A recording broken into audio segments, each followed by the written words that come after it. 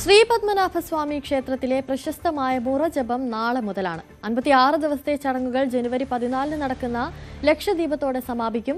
6 വർഷത്തിലൊരിക്കലാണ് പത്മനാഭസ്വാമി ക്ഷേത്രത്തിൽ മുറജപം നടക്കുന്നത്. നാളെ വന്ദേ പത്മനാഭം എന്ന സാംസ്കാരിക പരിപാടിയിൽ ചലച്ചിത്ര താരം റാണ ദഗപതി പങ്കെടുക്കും.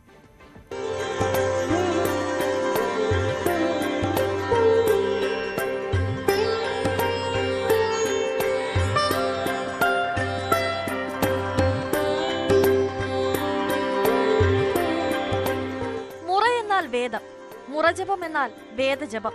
ഋത്, യജുർ, സാമവേദങ്ങൾക്ക് പുറമെ അർദ്ധവേദ പാരായണവും ഇത്തവണയുണ്ടാകും.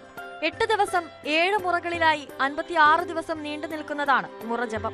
വേദമന്ത്രജപവും സഹസ്രനാമജപവും പത്മതീർത്ഥക്കുളത്തിൽ ജലജപവും നടക്കും. ജപത്തിനൊടുവിൽ മുറശീവേലി.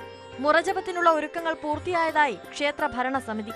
2026 ജനുവരി 14 നടക്കുന്ന ലക്ഷദീപം എന്തുകൊണ്ടും നമ്മുടെ രാജ്യത്തിൻ്റെയും നമ്മുടെ നാടിൻ്റെയൊക്കെ ഐശ്വര്യത്തിനും ക്ഷേമത്തിനും സർവോപരി ജനങ്ങളുടെ സുഗമമായുള്ള ജീവിതത്തിനും ഒരു വഴി തുറക്കുക എന്നുള്ള ലക്ഷ്യത്തോടു കൂടി അത് ശ്രീപത്മനാഭസ്വാമിയുടെ അനുഗ്രഹം നമുക്കെല്ലാവർക്കും ഉണ്ടാകുക എന്നുള്ള പ്രാർത്ഥനയോടുകൂടിയാണ് നമ്മുടെ ഈ വലിയൊരു ഒരു ചടങ്ങിന് തുടക്കം കുറിക്കുന്നത്.